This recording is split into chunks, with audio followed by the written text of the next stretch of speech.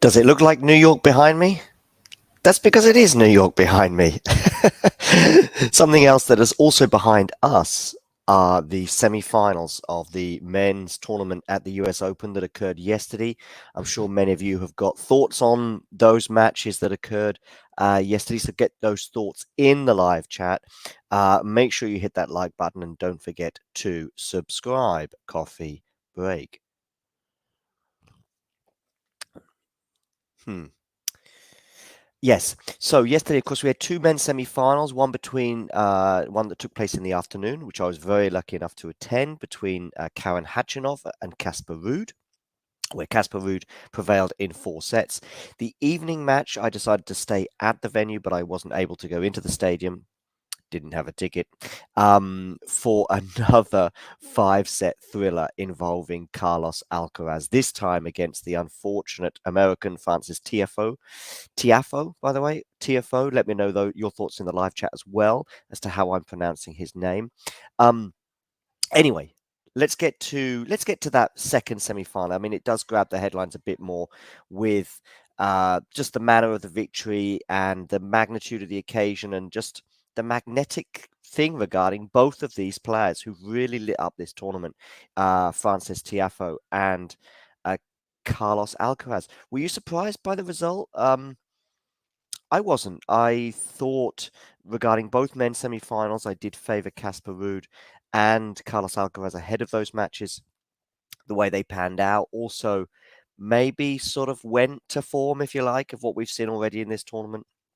Maybe a little bit less so with Frances Tiafoe, obviously having only dropped 1 set before yesterday's match against Carlos Alcaraz. However, um, Alcaraz on the return is going to pose you a few more questions than one or two of Francis's opponents that he's had so far. And in fact, that was something that really, again, I mentioned it before the match that it was going to be a case of whether Alcaraz could get a hold of the Tiafoe serve.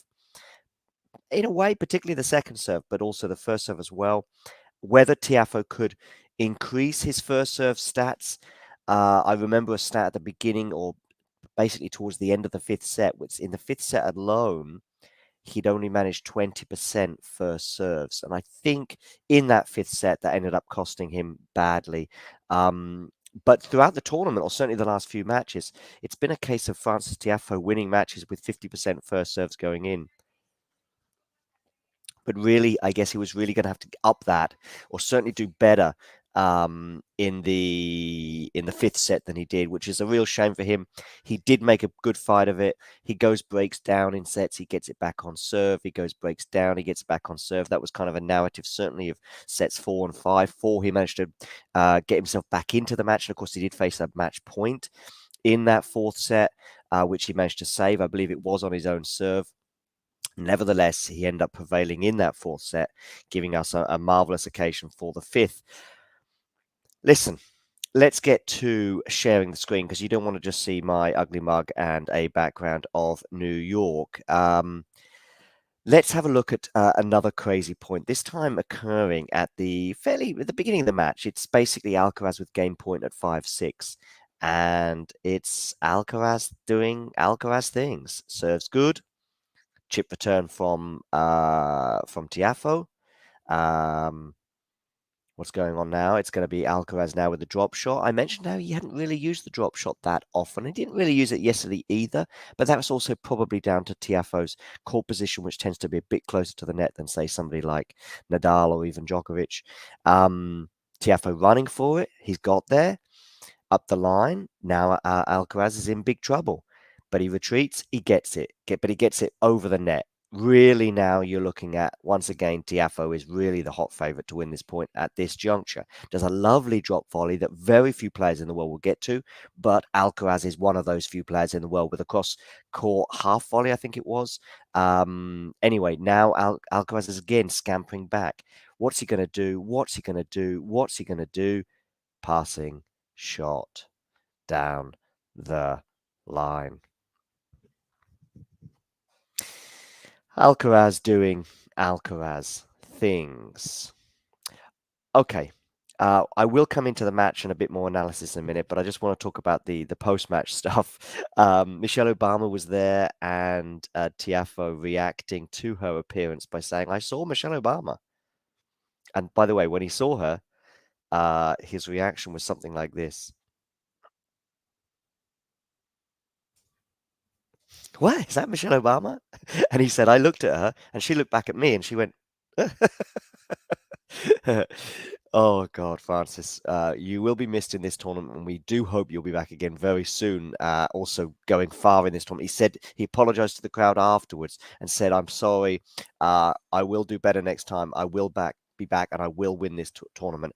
And I think I speak for many when we all hope that that'll be the case. He's him and Alcaraz may well have been the highlights of this tournament. Listen, that match between Alcaraz and Sinner as well, which Sinner played his part in. Excellent on Jabeur's run to the final as well, and we'll be talking about the women's final shortly. But for me, Tiafoe probably has been the story of the tournament for so many reasons. He said, I saw Michelle Obama. Like, I think he said it was 2-1, I think it was. So early stage of the match. And then I shanked a return. And she must have thought, he's a bum. He can't make a return. Although I don't think he said it in that accent. So a little bit of lightheartedness there from Tiafoe in his press conference afterwards. Of course, there will be a few feelings of what could have been for him, as I say, going into a fifth set. By the way, his tiebreak record, keeping it up. He won the 2 tiebreaks that this match went to. I did think the match was ebbing away from him, 2-1 down and a breakdown in the 4th, but he gets it back on serve and then manages to win that tiebreak, as I said. But Alcaraz is not showing any signs of fatigue. Anybody that thinks this boy going into a 5th set, having also faced 2 5-setters before, is going to be showing signs of fatigue. You're looking out for the wrong guy here. This match, obviously, 4 hours 19, not quite as long as the quarterfinal between Alcaraz and Sinner. Quite possibly down to the fact that Tiafoe has a bit of a bigger serve, so we didn't quite see so many epic rallies, but there were a few, one of which I just highlighted.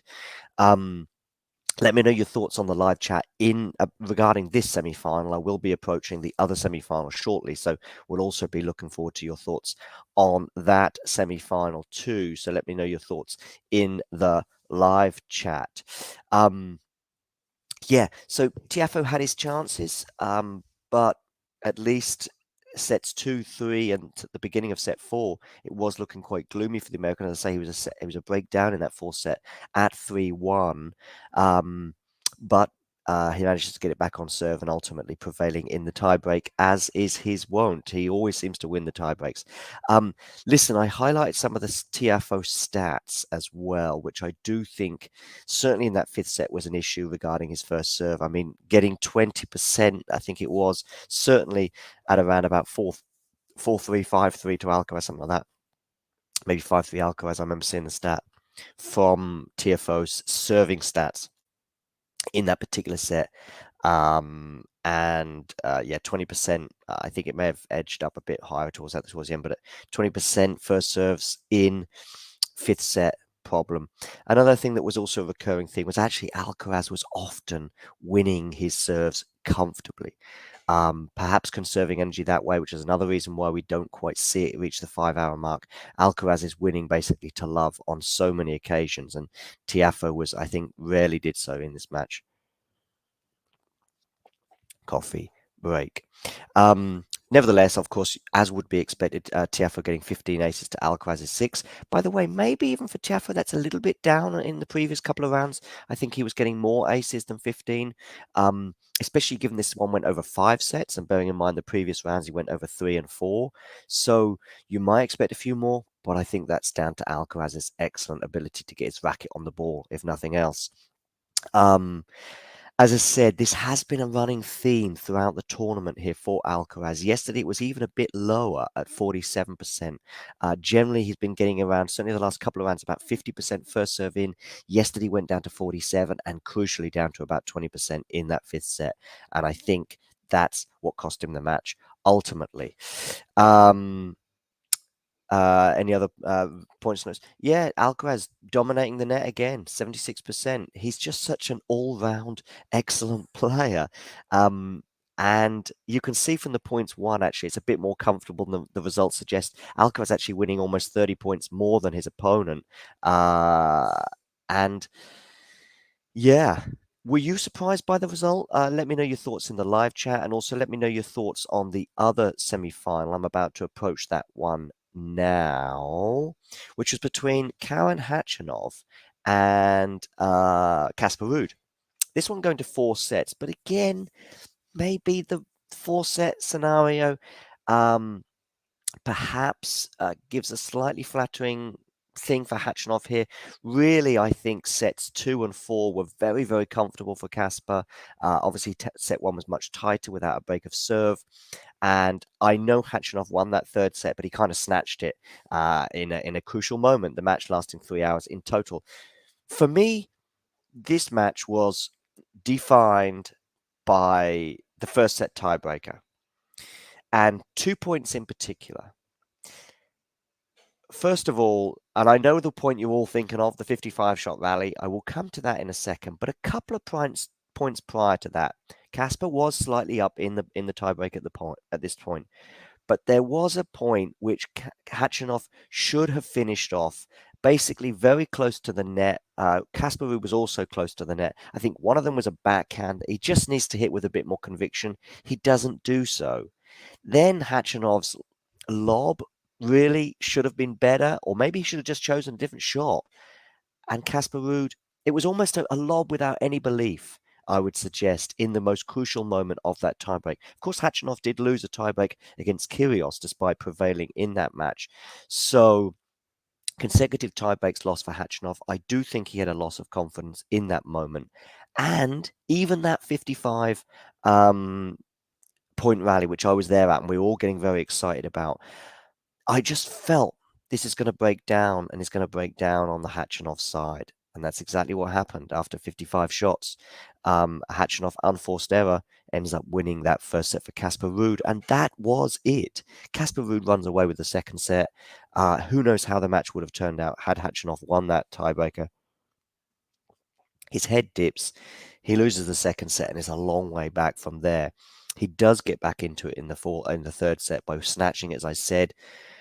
But really, it was always one-way traffic, and that resumed that way in the 4th, I would suggest.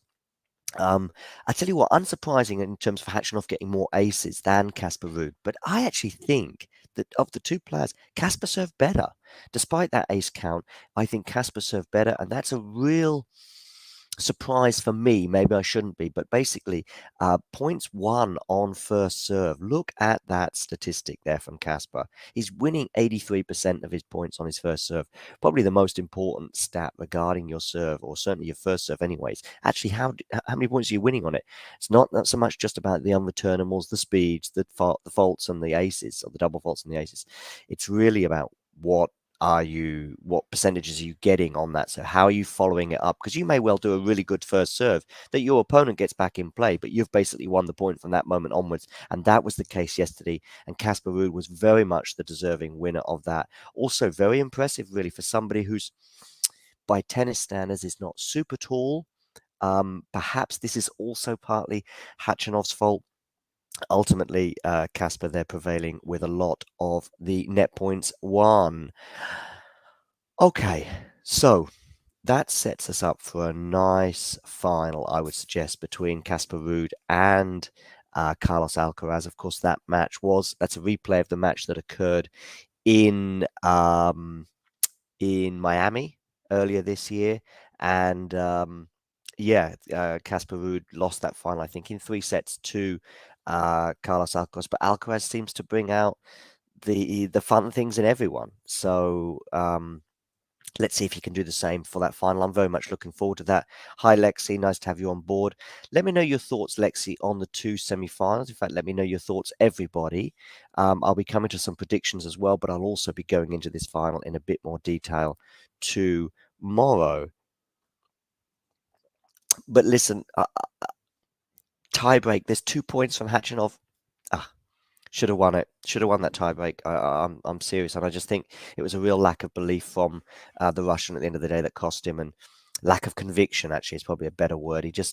The lob he tried just didn't didn't really feel it, didn't believe it, didn't think he could make that shot or do it correctly. And unfortunately, if you go wandering for a couple of points or at least 1 point against Casper Ruud, he will punish you, and he duly did. And now he sets up that final with Carlos Alcaraz. I'm thinking about getting a haircut today, by the way.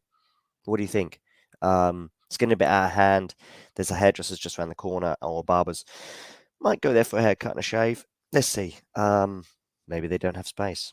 Anyway, aside from my barber necessities, there was plenty of other stuff going on yesterday. I just want to talk you through my day at the US Open yesterday, which began in kind of an interesting manner. They were handing out these there were fans actually, basically against Chase, a subsidiary of JP Morgan and a sponsor of this year's US Open. And yeah, and there was a lot of these banners and stuff, and a lot of these people protesting about Chase and suggesting that maybe the US Open should choose an alternative sponsor. But that, to be honest with you, the most interesting point wasn't that. It was actually that as to be honest with you, they were handing out these fans that, of course, were tricking many people, including myself, into thinking, oh, okay, it's just a Chase sponsor thing, and it's a nice thing to fan us with. As I walked in, somebody shouted at me and said, "Put that down." I was like, "Put it down." Come out with your hands up. And I didn't realize you cannot take these into the stadium, they said, and they were telling other people, you cannot take them in. If you take these in and get away with it, you will be removed from the stadium. It's like, whoa, this is pretty serious. But there is a broader point here, which is free speech, land of the free, all that. We've seen it a few times this year already. So it's not just the US Open. We saw it in Australia with free Peng Shuai t-shirts. We saw a similar incident at Wimbledon as well. Yeah, we did see an incident in Paris, albeit at least she managed to get on the court and make her point known, also about the climate emergency that we are in. I think seems to me like a fair point that maybe the US Open should consider who is giving them money, particularly as this particular sponsor provided Russian state energy firm Gazprom with $1.1 billion in fossil fuel money last year alone. But there is also a broader point regarding I think that you should be allowed to, in a peaceful manner, I think you should be allowed to suggest that this money is a little bit on the dirty side. And I think it's fine if you should say that. And by the way, I would support somebody's right to suggest that this is not the case as well, as long as it was done in a peaceful manner. But there we go. Perhaps I won't be getting a US Open press pass next year after all. Let's see. Anyway, back to the live chat. Lexi there, you only watched highlights of the Casper match. Couldn't watch my homeboy, only get updates from Sam and David. But the Alcaraz Tiafoe match was a likely a repeat of the Alcaraz match. Too much lost opportunity. Yeah, just too many lost opportunities. I agree. So yes. Anyway, let me know your thoughts on the live chat. I'm going to take us through a bit more regarding yesterday at Flushing Meadow, and I will be there again today. I'm very fortunate about that. I'll be going to the women's final. Yeah, a little bit of fun there with some people asking if they'd ever heard of Talking Tennis. Make sure you check out that video and many more by subscribing to the channel. My prediction at the beginning of the match, this I think was like the first or second game of the match. Casper's winning this. Just couldn't see it going any other way. I was surprised, really, that others suggested otherwise. The only thing that surprised me, really, was that it was, in terms of the sets won, it was a bit tighter than I expected. Yeah. This is a sports event in the US. I love this film, and that's how it... Yeah, I hope you like this little image. Anyway, oh, yeah. a point from the Ruud match regarding the backhands. A lot of people, of course, are convinced about Casper Ruud's forehand, and rightly so, and also Khachanov's to a large extent. But I do remember, I think it was Jack of the day saying, I think his backhand is no longer a weakness. Perhaps Nadal made it look a bit bigger weakness than it really was in that French Open final. And it'll be interesting to see what Casper Ruud turns up tomorrow. That Casper Ruud in that men's final in Paris really did let himself down a bit, and I think he did feel the pressure a little bit. He talked about how nervous he was, and I think he never quite overcame that point in that match. And it'll be interesting, obviously, going up against Alcaraz, who's at the other end of the spectrum in terms of their careers. And maybe Casper Ruud was a bit too respectful for Rafa in that final, and let's see how he gets on tomorrow. But yeah, the backhand was fine, and the backhand is fine. And in fact, many people as well around me. I remember one guy around me, and he ended up following the channel match. By the way, he spoke to me a bit about tennis, and I think his name is Dennis, but I could be wrong. Let me know if you're here watching, Dennis, and you're in the live chat. And if you're not Dennis, then also let me know. And he said, "Yeah, battle of the forehands," and I was like, "I'm not sure. I think it's actually about whose backhand holds up best." And Ruud's did easily, and there was quite a few winners from him off the backhand side, and I'm sure this was at one of those such junctures. Casper Ruud, 6 foot tall, but his first serve speed, very healthy, 118 miles an hour. A bit of what I was highlighting, basically, Ruud maybe doesn't get quite so many aces, but he sets himself up nicely for first serve points won. Bon Jovi was there in the crowd, and Khachanov, unfortunately, wasn't able to keep the faith and win that match. As I said to you, it wasn't really defined by just that 50-shot rally. It was a couple points prior to that when Khachanov should have sealed the deal and ultimately didn't, paid the price for that. Okay, so nice little picture there of a cabin in Norway. I'm sure Lexi will appreciate that. Okay, let's have a look at the semi-finals by numbers. I think this is both the men's and the women's. A nice little thing here on the US Open website. There are 0 players remaining in the men's or women's draws that have actually won the US Open title in the past. Both Iga and Ons have never even been to a US Open final, never been to a hard court major final. Ons has been in one major final, of course, losing that Wimbledon final early this year, and Iga has been in 2 major finals and won them both, albeit on clay at Roland Garros.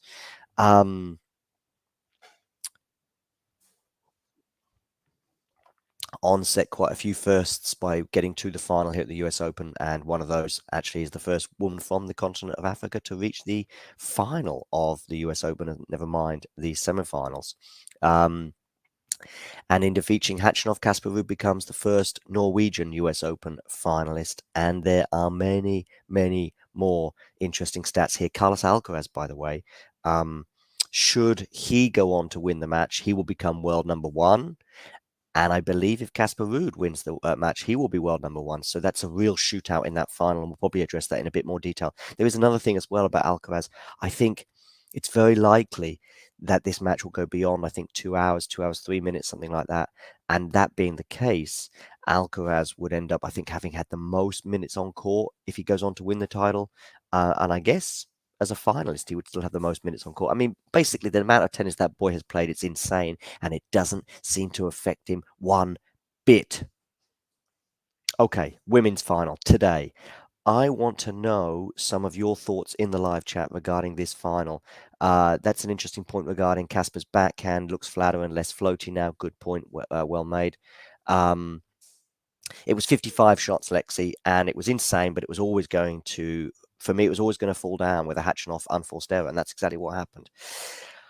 Okay, Jabeuer Swiatek.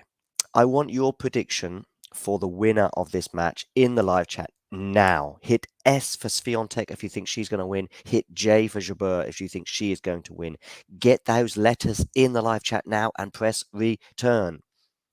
Head-to-head, 2 each. And really, the head-to-head doesn't really tell us much either from beyond that, because I was looking at the head-to-head thinking, okay, what about hard court? Well, do you know what? They've played each other once on a hard court, and it's 1 each. And both were in North America, by the way. 1 in Cincinnati, 1 in Washington. So they've not played before at the US Open. Not giving us a lot there.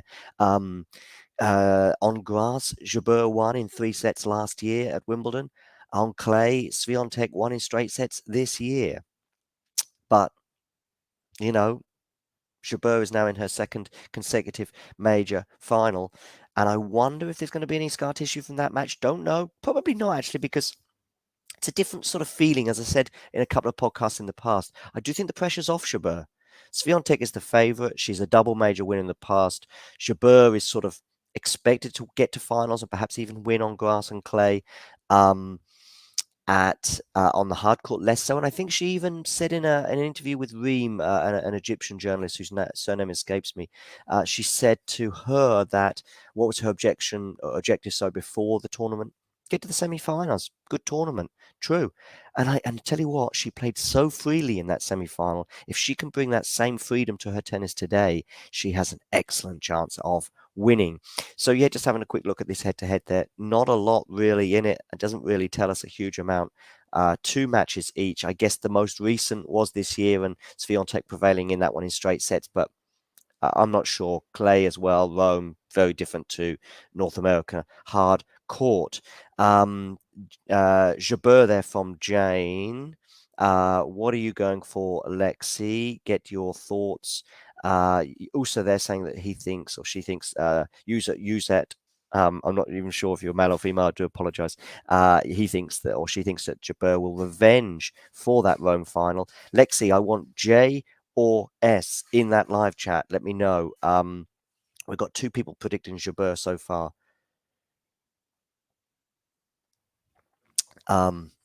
Anyway, I'm looking forward to it. I'm going there. What will be the deciding factors here? Okay, Alexa, they're going for Swiatek. Nerve management is kind of an obvious thing. I think Swiatek will be okay. I do think, is it harsh to say I think this is on Swiatek's racket? I do think it's a case of her mind seemed to go wandering a bit against Pegula in the quarterfinals, Swiatek, with the forehand going along a few times. I think if that's the case, Jabeur might well punish her. I think if it ends up being super tight, as in the business end of a third set, probably I'm going a bit towards Swiatek, particularly regarding how her semi-final went. 2 major finals for Swiatek, 2 victories. Jabeur, 1 major final, 1 loss.